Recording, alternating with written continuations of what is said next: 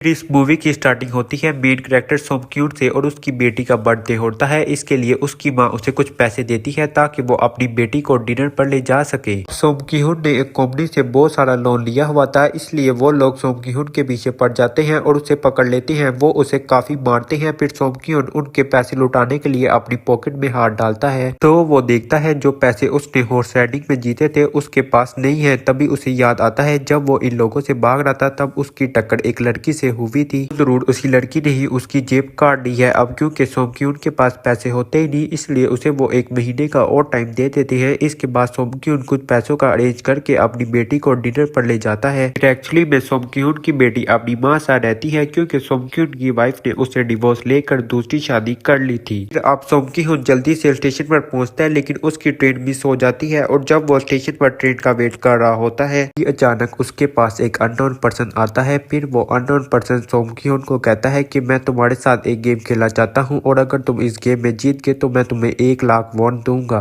इतने सारे पैसों का सुनकर सोमक्यून ये गेम खेलने के लिए एग्री हो जाता है। इसके बाद सोमक्यून काफी मार खाने के बाद ये गेम जीत जाता है और 1 लाख वॉन विन कर लेता है। फिर इसके बाद अननोन पर्सन सोमक्यून को एक कार्ड देता है और कहता है अगर तुम और पैसे जीतना चाहते हो तो तुम इस कार्ड के नंबर पर कॉल करना। फिर इसके बाद सोमक्यून जब अपने घर जाता है तो उसकी माँ उसे कहती है कि तुम्हारी बेटी अगले साल अपने स्टेप फादर के साथ यूएस शिफ्ट हो रही है। लेकिन सोमक्यून कभी भी ये नहीं चाहता था कि उसकी बेटी उसे दूर जाए, मगर उसे बहुत सारे पैसे चाहिए होते हैं अपनी बेटी की कस्टडी के लिए। इसके बाद सोमक्यून उस कार्ड वाले नंबर पर कॉल करता है। फिर एक गाड़ी में सोमक्यून को बिठाया जाता है जिसमें और भी लोग थे। फिर सोमक्यून को बेहोश कर दिया जाता है। जब उन सब की आंख खुलती है तो वो खुद को एक फैसिलिटी में पाते हैं जिसमें टोटल 456 लोग थे। वहां पर ऐसा प्लेयर थे। इस फैसिलिटी का लीडर एक आदमी था जो कि वहां पर फ्रंटमैन था। वो सब पर नजर रख रहा था। अब यहाँ पर एक चीज कॉमन थी कि जितने भी लोगों को यहाँ पर लाया गया था उन सब ने लोन लिए हुए थे।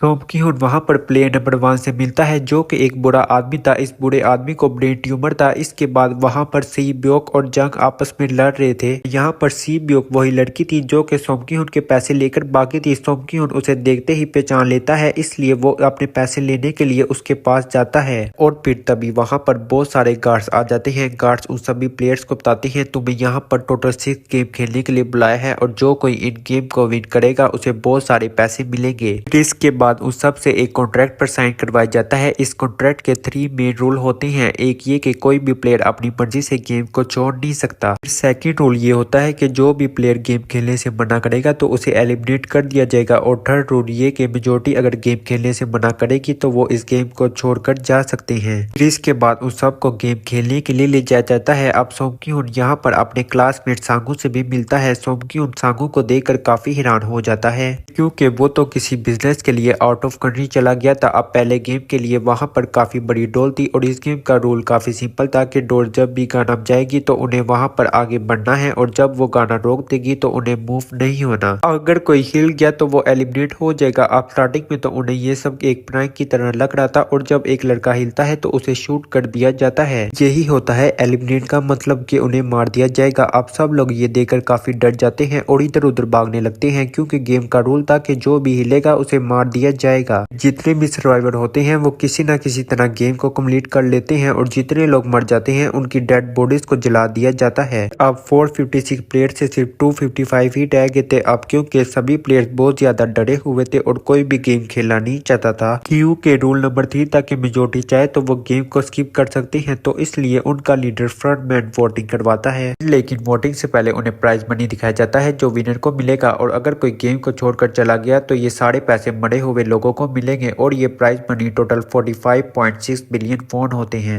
इसके बाद वोटिंग की जाती है जिसमें मेजोरिटी इस गेम को नहीं खेलना चाहते थे, इसीलिए गेम को यहीं पर स्टॉप कर दिया जाता है। लेकिन इन फ्यूचर अगर कोई गेम को रीज्वाइन करना चाहे तो वो इस गेम में आ सकता है। इसके बाद सभी लोगों को उनके घर पर छोड़ दिया जाता है। नेक्स्ट डे सोमक्यून पुलिस स्टेशन में जाता है और उन्हें सारी बात बताता है, लेकिन पुलिस वालों को उसकी बातों पर यकीन नहीं आता और उल्टा वो उसे पागल समझते हैं। इसके बाद सोमक्यून उन्हें वही वाला कार्ड दिखाता है, लेकिन यहाँ पर ताजुब की बात ये थी कि उस पर जो नंबर था वो रॉन्ग नंबर था। इसके बाद सोमक्यून जब घर पर जाता है तो उसकी मदर वहां नहीं होती। उधर सोमक्यून का क्लासमेट सांगू अपनी मदर को चुप कर देख रहा होता है। सोमक्यून भी वहाँ जाता है। सांगू सोमक्यून को बताता है कि मेरे पर 6 मिलियन यंग का कर्जा है और तभी सोमक्यून को हॉस्पिटल से कॉल आ जाती है। कॉल पर सोमक्यून को बताया जाता है कि उसकी मदर का पाँव काफी इंजर्ड है और डायबिटीज का इलाज वक्त पर न होने की वजह से उनकी चोट काफी बढ़ गई है। फिर सोमक्यून हॉस्पिटल पहुंचता है, तब डॉक्टर सोमक्यून को बताता है कि तुम्हारी मदर का ट्रीटमेंट हो सकता है, लेकिन इस ट्रीटमेंट के लिए बहुत सारे पैसे चाहिए होते हैं। लेकिन जाहिर सी बात है सोमक्यून के पास इतने पैसे होते नहीं हैं। सोमक्यून फिर पैसे मांगने के लिए अपनी वाइफ के पास जाता है, लेकिन उसकी वाइफ पैसे देने से इनकार कर देती है। फिर उसकी वाइफ अपने हस्बैंड को बताती है कि सोमक्यून आया था पैसे मांगने के लिए। तभी उसका हस्बैंड सोमक्यून को पैसे देने बैठ जाता है और साथ ये भी कहता है कि मेरी फैमिली से दूर हो। लेकिन सोमक्यून को इस बात पर गुस्सा आ जाता है और वो उसे मारने लगता है और सोमक्यून की बेटी वहां खड़ी ये सब देख रही थी। अब हमें गेम का एक और प्लेयर दिखाया जाता है जो अपने बॉस से पैसे मांगने जाता है, लेकिन उसका बॉस उसे पैसे देने से मना कर देता है, तो इसलिए उन दोनों के बीच लड़ाई हो जाती है। तब मौके का फायदा उठाकर वो प्लेयर पैसे उठाकर वहां से भाग जाता है। फिर वो प्लेयर अपनी वाइफ को पैसे देता है और कहता है पहली फ्लाइट लो और यहाँ से चली जाओ। इसके बाद सी ब्यूक एक एजेंट से मिलती है क्योंकि उसे अपनी मदर को नॉर्थ कोरिया से साउथ कोरिया में लाना होता है, लेकिन सी ब्यूक को इसके लिए बहुत सारे पैसों की जरूरत होती है। अब सी ब्यूक का एक छोटा भाई भी होता है जिसे उसने प्रॉमिस किया होता है कि वो अपनी मदर को जरूर लाएगी। इसके बाद हमें एक ऑफिसर को दिखाया जाता है जिसका भाई कुछ टाइम से लापता था, इसलिए वो ऑफिसर अपने भाई के घर में भी जाता है, जहां उसे पता चलता है कि उसका भाई कुछ दिनों से घर पर भी नहीं आया। फिर वो ऑफिसर जब घर को चेक करता है तो उसे वहां पर एक कार्ड मिलता है और ऐसा उस पुलिस ऑफिसर ने सोमक्यून के पास भी पुलिस स्टेशन में देखा था। फिर वो ऑफिसर सोमक्यून के पास जाकर उस कार्ड के बारे पूछता है, लेकिन सोमक्यून उसे कुछ भी नहीं बताता। सोमक्यून जब घर पर जाता है तो उसे वो कार्ड फिर से दरवाजे पर लगा हुआ मिलता है। सोमक्यून फिर से डिसाइड करता है कि वो उस गेम में दोबारा जाएगा। फिर इसलिए सभी प्लेयर्स को कार में उठाकर एक शिप के पास ले जाया जाता है। इधर ऑफिसर भी उन गाड़ियों का पीछा करते हुए शिप के पास आ जाता है। वो एक गार्ड को मारकर उसे पानी में फेंक देता है। इसके बाद उन सभी प्लेयर्स को आइलैंड में मौजूद एक फैसिलिटी में लाया जाता है। अब यहाँ पर सभी प्लेयर्स काफी घबराए हुए होते हैं, उन्हें जरा भी अंदाजा नहीं होता कि अगला गेम कौन सा हो सकता है। इसके बाद वो सब अपनी अलग अलग टीम बना लेते हैं। रात को सी ब्यूक और उसकी फीमेल फ्रेंड वॉशरूम जाते हैं। यहाँ पर सी ब्यूक गार्ड की नजरों से बचते हुए उस जगह को एक्सप्लोर करने लगती है। तभी वो देखती है गार्ड्स बड़े बड़े बर्तनों में कुछ बना रहे हैं, लेकिन अब गार्ड को शक हो जाता है तो गार्ड वॉशरूम को चेक करने आता है, लेकिन तब तक सी ब्यूक वापस आ चुकी थी। सी ब्यूक ने वहां पर जो कुछ देखा वो सब वो अपनी उस फ्रेंड को बता देती है, लेकिन यहाँ पर सांगो उन दोनों की बातें सुन लेता है और वो इस बारे सी ब्यूक से पूछता है, जिस पर सी ब्यूक बताती है वो बड़े बड़े बर्तनों में कुछ पका रहे थे। मिलाया जाता है जहाँ पर 4 शेप थी और सभी प्लेयर्स को उन शेप में से एक शेप को चूज करना था। यहाँ पर सांगो को पता चल जाता है कि गेम क्या है। अब उन सब को एक छोटे बॉक्स में शेप दी जाती है। अब गेम यहाँ पर ये होती है कि सभी प्लेयर्स को बिस्किट में से शेप को बाहर निकालना है और अगर शेप जरा सी भी टूट गई तो वो प्लेयर एलिमिनेट हो जाएगा। अब यहाँ पर सांगो की शेप तो सबसे ज्यादा इजी थी, लेकिन सोमक्यून की शेप यहाँ पर सबसे ज्यादा मुश्किल थी और वो बहुत ज्यादा घबरा जाता है, लेकिन वो एक ट्रिक के जरिए उस गेम को बामुश्किल जीत ही जाता है और जो प्लेयर शेप निकालने में नाकाम हो जाते हैं उन सबको मार दिया जाता है। अब यहाँ पर 187 प्लेयर्स में से 108 ही वापस आते हैं। इसके बाद उन सबको खाना दिया जाता है, लेकिन यहाँ पर जैंग एक दूसरे प्लेयर का खाना भी खा लेता है, जिसकी वजह से उन दोनों की आपस में लड़ाई हो जाती है। जैंग 271 प्लेयर को इतना मारता है कि वो वहीं पर ही मर जाता है। इधर हम देखते हैं उन प्लेयर में से एक डॉक्टर भी है जो गार्ड के साथ मिलकर मरे हुए लोगों के ऑर्गन्स निकालकर उन्हें चाइनीज को बेचने का काम करता है और ये सब कुछ फ्रंट मैन से छुपकर हो रहा था। बदले में गार्ड्स डॉक्टर को गेम के बारे पहले ही बता देते हैं ताकि वो सरवाइव कर सके। यहाँ पर गार्ड उस प्लेयर डॉक्टर को बताते हैं कि आज जानबूझकर प्लेयर्स को खाना कम दिया गया है ताकि सभी प्लेयर्स आपस में लड़ें और वीक लोग एलिमिनेट हो जाएं। अब 30 मिनट के बाद लाइट ऑफ होने वाली थी। अब सांगो को पता था कि जंग की टीम जरूर हमला करेगी और इसलिए उन्हें अपने पास बुलाकर वो रिलैक्स होने को कहता है। उधर डॉक्टर जंग की टीम में शामिल हो जाता है और वो जंग को अगली गेम के बारे में बता देता है कि कौन सी है। इसके बाद लाइट ऑफ हो जाती है और जंग अपनी टीम के साथ मिलकर बाकी सभी पर हमला कर देता है और वो एक लड़की को मारकर फिर सी ब्यूक को मारने जाता है, पर तभी सोमक्यून उसे बचा लेता है। इसके बाद गार्ड्स वहां पर आकर सभी को रोक देते हैं। अब टोटल गेम में 80 प्लेयर्स रह गए थे। इसके बाद सभी को तीसरी गेम के लिए ले जाया जाता है और यहाँ पर उन्हें 10 प्लेयर की टीम बनाने को कहा जाता है। सब लोग ऐसा ही करते हैं, अपनी अपनी टीम बना लेते हैं। अब क्योंकि जंग को अगले गेम के बारे में पता होता है इसलिए वो सभी ताकतवर लड़कों को अपनी टीम में रख लेता है। फिर इसके बाद सांगो भी अपनी एक टीम बना लेता है। अब क्योंकि उन्हें एक प्लेयर की जरूरत थी तो सी ब्यूक की फीमेल फ्रेंड भी उनकी टीम में शामिल हो जाती है और ये गेम असल में टग ऑफ वार का होता है। बीस के दोनों टीमों में से एक टीम को नीचे गिराना था और जंग की टीम ये गेम बहुत आसानी से जीत जाती है।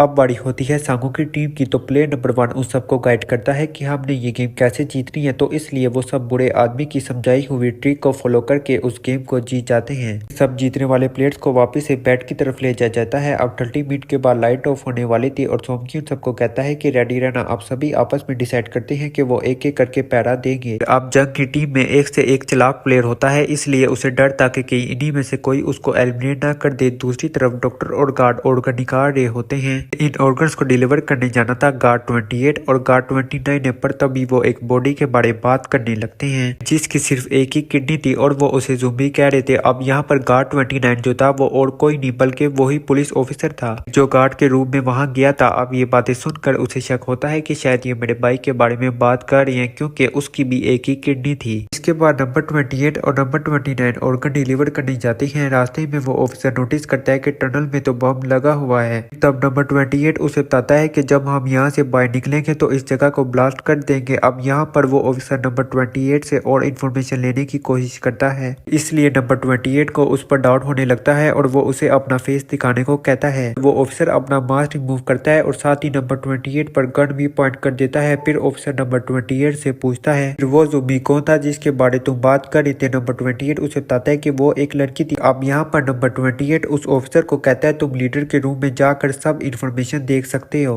वहाँ पर सबके डाटा है। इसके बाद ऑफिसर नंबर 28 को मार देता है। अब जब डॉक्टर गार्ड से अगली गेम के बारे में पूछता है तो उसे भी अगली गेम के बारे नहीं पता होता, तो इसलिए डॉक्टर को बहुत गुस्सा आता है और वो एक गार्ड को पकड़ लेता है और उनकी आपस में लड़ाई होने लगती है। इसके बाद डॉक्टर एक गार्ड को मारकर वहां से भाग जाता है। इसके बाद एक गार्ड भी उसका पीछा करता है और वो दोनों प्लेग्राउंड में आ जाते हैं। यहाँ पर गार्ड डॉक्टर को अपनी बातों में फंसाकर उसे मारने ही वाला होता है कि तभी वहाँ पर फ्रंटमैन आकर डॉक्टर और गार्ड दोनों को मार देता है। साथ साथ फ्रंटमैन को नंबर 28 की बॉडी भी मिलती है जिससे इन्हें ये पता चलता है कि आइलैंड में कोई घुस गया है। दूसरी तरफ वो ऑफिसर फ्रंटमैन के रूम तक पहुंच जाता है और चेक करते करते वो एक रूम में जाता है जहाँ पर सबके रिकॉर्ड्स थे। जब वो ऑफिसर रिकॉर्ड चेक कर रहा होता है तो उसे सभी विनर्स की एक लिस्ट मिलती है जिसमें उसके बाइक का भी नाम था, यानी वो भी कभी विनर था। उधर सभी प्लेयर्स को फोर्थ गेम के लिए ले जाया जाता है जहाँ पर उन सबको अपना अपना पार्टनर चुनने को कहा जाता है और वो प्लेयर्स करते भी ऐसा ही है, अपना अपना पार्टनर चुन लेते हैं। सीबीओ की फीमेल फ्रेंड भी अपना पार्टनर ढूंढने का ट्राई करती है लेकिन कोई भी उसका पार्टनर बनने को तैयार ही नहीं था। इसके बाद सभी प्लेयर्स को 10 मार्बल दिए जाते हैं।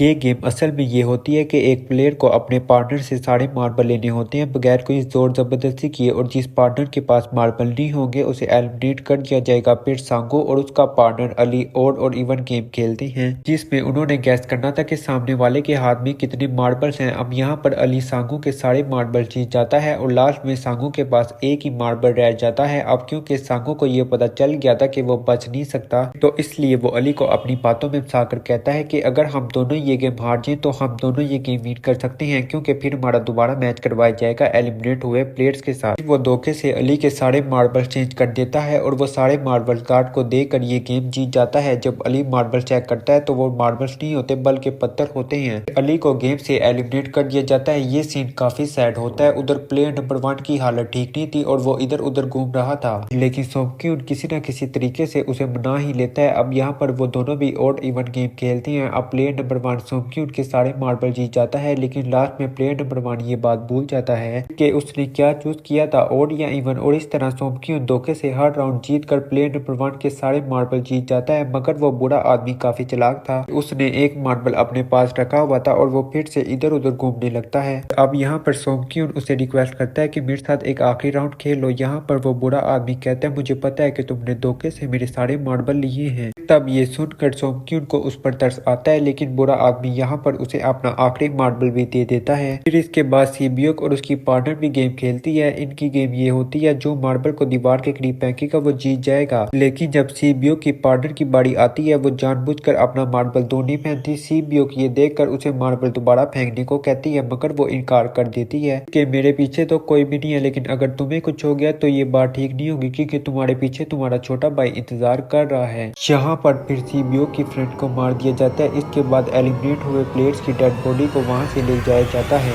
इसके बाद विनर्स को वापस से रूम में ले जाया जाता है। यहाँ पर जैक देखता है कि सीबियोक की फ्रेंड अभी भी जिंदा है क्योंकि गेम के रूल के मुताबिक अगर कोई आपका पार्टनर नहीं बनता तो आप रेलू कट्टा में शुमार होते हो। यहाँ पर हमें ये भी पता चलता है कि जैक ने सीबियोक की फ्रेंड को धोखा दिया है। इसके बाद फ्रंटमैन को गार्ड की डेड बॉडी के पास पुलिस ऑफिसर का आईडी कार्ड मिलता है। तब फ्रंटमैन को पता चलता है कि सारे वीआईपी आ गए हैं, इसलिए वो उन्हें लेने के लिए जाता है। फिर सारे वीआईपीज को उनके रूम में ले जाया जाता है। इसके बाद फ्रंटमैन वीआईपीज के आने के बारे में एक और शख्स को बताता है। यही इस गेम का मेन ऑनर होता है। फिर सब प्लेयर्स को 5th गेम के लिए ले जाया जाता है, जहां पर 1 से लेकर 16 तक नंबर पड़े होते हैं और वो सभी प्लेयर्स अपना अपना नंबर ले लेते हैं। नंबर का मतलब यहाँ पर ये होता है कि जो सा नंबर प्लेयर चूज करेगा उसकी उसी के मुताबिक की बारी आएगी। अब यहाँ पर लास्ट में 1 और 16 नंबर आ जाते हैं और सोमक्यून यहाँ पर कंफ्यूज होता है कि वो कौन सा नंबर ले। तभी वहां पर एक आदमी आ जाता है और वो सोमक्यून को कहता है मुझे फर्स्ट नंबर चाहिए, क्योंकि मैं अपनी जिंदगी में कभी भी फर्स्ट नंबर पर नहीं आया, तुम प्लीज ये नंबर मुझे दे दो। सोमक्यून फिर उस प्लेयर को वो नंबर दे देता है। इसके बाद प्लेयर्स को गेम के लिए ले जाया जाता है। अब इस गेम का रूल ये होता है कि दिए हुए टाइम के मुताबिक प्लेयर्स को ब्रिज की दूसरी साइड जाना है। अब इस ब्रिज के बीच में 2 तरह के ग्लास होते हैं, एक तो होता है सिंपल ग्लास और एक होता है tempered glass. Simple glass player के पांव रखते ही टूट जाएगा, जबकि टेम्पर्ड ग्लास नहीं टूटेगा। इसके बाद प्लेयर नंबर 1 से गेम स्टार्ट की जाती है।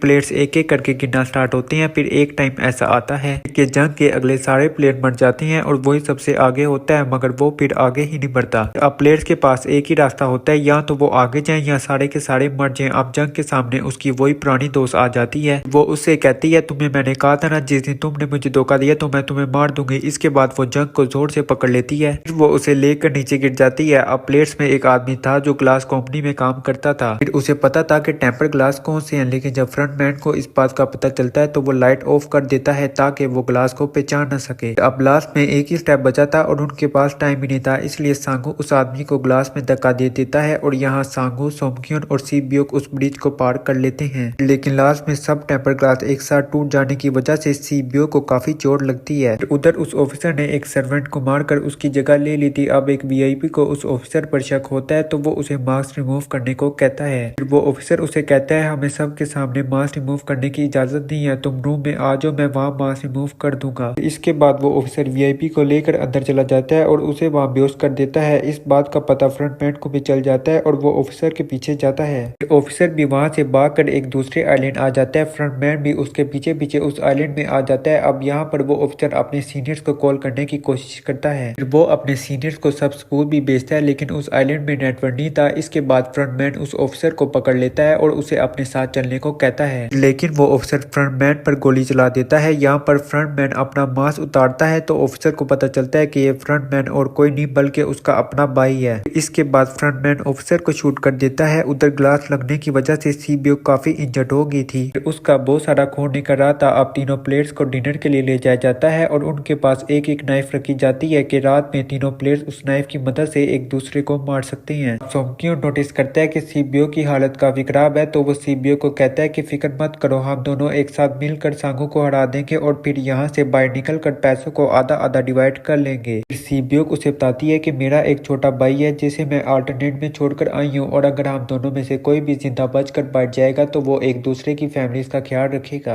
अब सीबियोक की हालत काफी खराब थी और उसे डॉक्टर की भी जरूरत थी, इसलिए सोमक्यून मदद लेने के लिए जाता है, लेकिन जब तक वो वापस आता है तब तक सांगू सीबियोक को मार चुका था। नेक्स्ट डे सांगू और सोमक्यून को लास्ट गेम के लिए लाया जाता है। इस गेम का नेम था स्क्विड गेम और इसका रूल बहुत ही सिंपल था, मार दो या मर जाओ। अब गेम स्टार्ट हो जाती है और सांगू सोमक्यून के बीच काफी लड़ाई होती है, लेकिन लास्ट में सांगू की हालत खराब होने लगती है। तभी सोमक्यून कहता है मैं इस गेम को रोकना चाहता हूँ और तभी सोमक्यून सांगू को उसके साथ चलने को कहता है। हालांकि सांगू ने सीबियोक और अपने बहुत से और भी दोस्तों को मारा था, लेकिन फिर भी सोमक्यून उसकी तरफ दोस्ती का हाथ बढ़ाता है, मगर सांगू अपने किए पर बहुत शर्मिंदा था, इसी वजह से वो खुद को मार डालता है और इसके बाद सोमक्यून ये गेम जीत जाता है। अब फ्रंटमैन सोमक्यून को कहता है तुम बहुत अच्छा खेले, मुझे तुम्हारी जीत की उम्मीद नहीं थी। इसके बाद सोमक्यून को उसके घर पर छोड़ दिया जाता है और उसे एक कार्ड भी दिया जाता है। फिर वो जब एटीएम कार्ड को मशीन में लगाता है तो वो देखता है कि सारे पैसे वादे के मुताबिक उसके अकाउंट में भेज दिए गए हैं। इसके बाद सोमक्यून अपने घर जाता है, लेकिन तब तक उसकी मदर की डेथ हो गई थी। अब हमें 1 ईयर के बाद का सीन दिखाया जाता है, जहाँ पर हम देखते हैं कि सोमक्यून की हालत काफी खराब हो गई है, यानी वो काफी परेशान और उदास है और उसने जीतने वाले पैसों को हाथ तक भी नहीं लगाया। और एक दिन फूल बेचने वाली औरत सोमक्यून के पास आती है और वो उसे सेम वैसा ही कार्ड देती है जिसमें एक एड्रेस लिखा हुआ था। सोमक्यून जब उस एड्रेस पर जाता है तो उसे पता चलता है कि ये सारी गेम का ऑनर और कोई नहीं बल्कि वो बुरा आदमी है, प्लेयर नंबर 1, और वो अभी भी जिंदा है। यहाँ पर वो बुरा आदमी सोमक्यून को कहता है कि मैं अपनी लाइफ से बोर हो चुका था और ये सारी गेम मैंने अपने क्लाइंट्स के साथ मिलकर बनाई है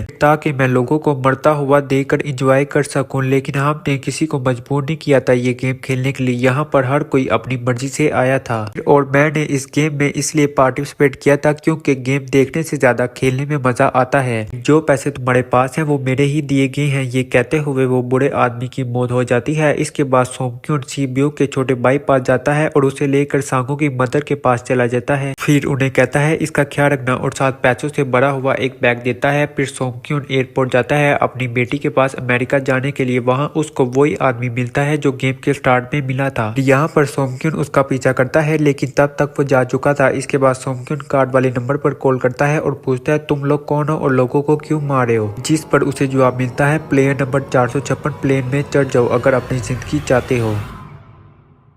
प्यारी पब्लिक, ये था स्क्विड गेम का सीजन 1। मुझे उम्मीद है आपने इसको एंजॉय किया होगा और अगर वीडियो को एंजॉय किया है तो काइंडली वीडियो को लाइक और चैनल को सब्सक्राइब कर देना। इसी के साथ अब मैं चलता हूँ। अपना ढेर सारा ख्याल रखिएगा। अल्लाह हाफिज।